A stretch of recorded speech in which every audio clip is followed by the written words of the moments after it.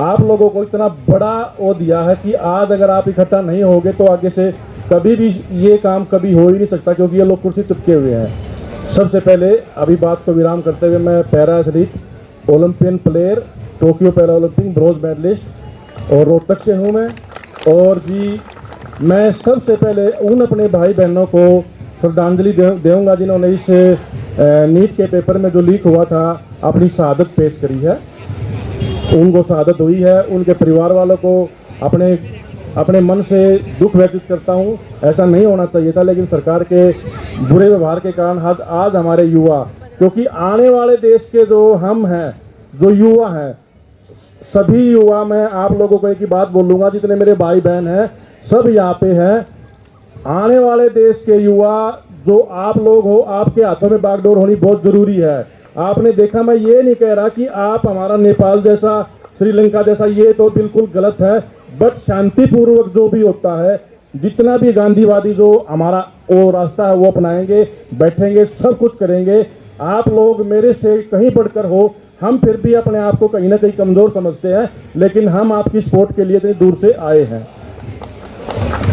पहली बात। दूसरी चीज़ ये है कि आज आप लोग इस आवाज़ को उठाओगे तो आप इस देश के अंदर कितने युवा हैं, कम से कम मेरे हिसाब से 4 करोड़ युवा हैं, 4 करोड़।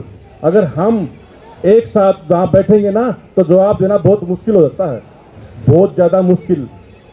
तो ये मैं आप लोगों को हाथ जोड़कर विनती करता हूँ कि जितने मीडिया साथी हैं, क्योंकि मेन मीडिया तो यहाँ पे आएगी नहीं, गोदी मीडिया वो तो कभी नहीं आएगी, कभी भी नहीं आएगी, लिख लेना। क्योंकि मैं आपको एक वाक्य बताने जा रहा हूँ जिससे आप पे पता नहीं जो भी आपके मन में आएगा, और मैं भी अपनी एक बात लेके यहाँ पे आया था, वो आपके सामने प्रस्तुत करता हूँ, सुनना मेरी बात को। मैं 2021 में टोक्यो पैरा ओलंपिक खेलने के लिए टोक्यो गया था। उससे पहले मैंने 4 इवेंट, पेरिस 3-4 बार पेरिस गया मैं, उसके बाद दुबई गया, मतलब हर मैंने कई कंट्री में मैंने पार्टिसिपेट किया। और उसके बाद में मेरे को जो कैटेगरी मिली, आप लोग देख रहे हो, मैं बैठा हूँ यहाँ पे, तो F52 कैटेगरी मेरे को दी गई, जो कि देता है वर्ल्ड पैरा एथलीट, जो डॉक्टर होते हैं पूरे वर्ल्ड के, बैठ के वो देते हैं। उसमें कहीं गलत हूँ, ठीक हो, उनको देखना होता है।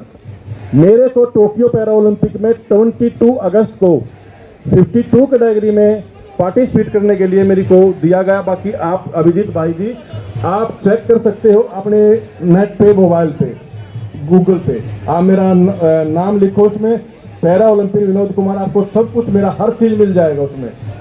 दूसरी बात यह कि मैंने वहाँ पे पार्टिसिपेट किया और मेरा ब्रॉन्ज मेडल आया। ब्रॉन्ज मेडल आने के बाद में क्या हुआ कि जैसे आज की एक अपनी हमारी छोटी बहन है विनेश फोगाट, उसका भी 100 ग्राम वजन के उससे उसको पार्टिसिपेट से हटा दिया गया, जबकि उसने बाउट नहीं खेली थी। लेकिन सरकार ने उसका वो क्या बोलते हैं, सिल्वर मेडल माना, जो हरियाणा की खेल पॉलिसी है, सिल्वर मेडल मानते हुए उसको पूरा सम्मान दिया गया।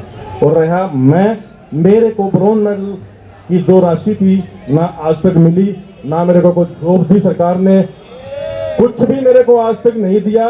जिस टाइम खट्टर सरकार थे, मैं उस टाइम की भी मेरे पास वीडियो मैं आप लोगों को सुनाऊंगा माइक पे।